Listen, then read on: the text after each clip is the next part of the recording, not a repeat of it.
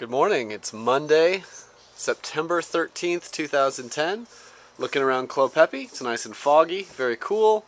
You can see over there that's Joe Davis's car from Arcadian. He's out there checking out some fruit. Later on we're expecting some mid-70s temperatures, and we're doing field sampling. So somewhere out there is a Frenchman picking grapes from specific sections, and then I'll show you how we do field sampling. Here we have samples from various blocks, from 115 Hillside East, from the Pomard section in the center of the hillside, and from the 667 section on the west side of the hillside and the terraces. And here you have an example of what the clusters are looking like right now. You see a quarter down there for sort of the sake of size. Here you have the 115 clone, kind of a plump, nice, ripe-looking cluster of 115 for the Siduri winery. Next you see the Pomard, which appears to be a little bit longer. Berries seem to be a little plumper at this point.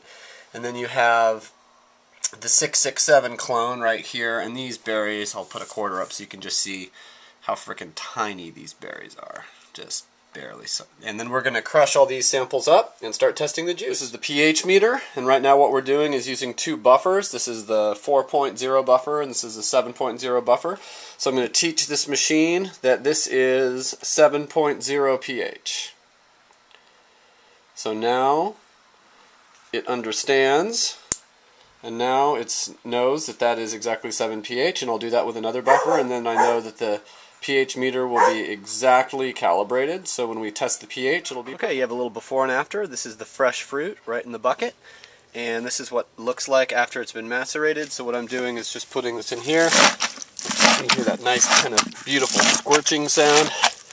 So I will punch this down basically until it is a nice juicy mess so we can test the juice. Okay, samples are ready to go ahead and test. You can see that they're all beat up and super juicy. You can also see over here in this trash can are all the stems. So I've taken all the stems out, which don't really matter to the first numbers, but we're going to soak these samples overnight and test them again tomorrow to see how much sugar soaks up, because some of the sugar is going to come out of the berries a little bit slower. And if there's any raisins, I don't expect there to be a lot of raisins. Ooh, a little spider. Good. It's a good sign when you see some spiders in a juice sample. Good, healthy, organic vineyard. And there's Adrian out there on the cart, bringing in the next samples, doing his work. So we're going to test these up. Okay, so this is a juice refractometer. So what we're going to do right now is put the 20 Brix solution onto there and test it to see. And that shows me that it's accurate, so we know that it's giving us a good reading on the juice. Alright, I'm going to try not to make a mess. This is the 115 juice.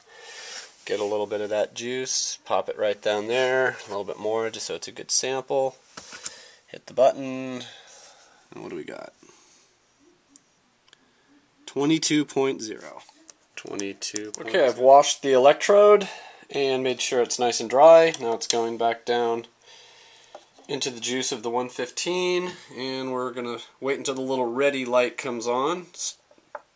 There it is, 3.05. The beautiful Chardonnay juice, we're going to be testing the juice by itself, taking it off in the sample in the glass. We tasted it. It's got beautiful sweetness, but very strong acidity. So we put the juice through another light filtration, just through another colander, and now we fill the juice to the top, or near the top.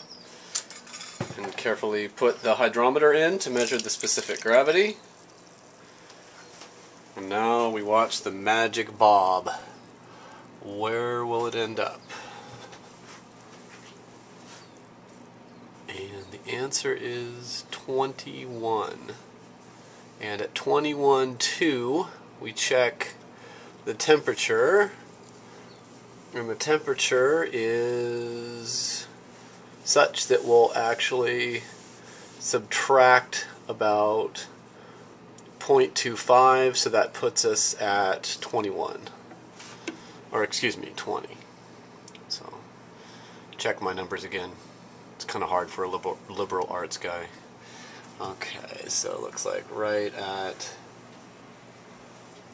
21 Brix.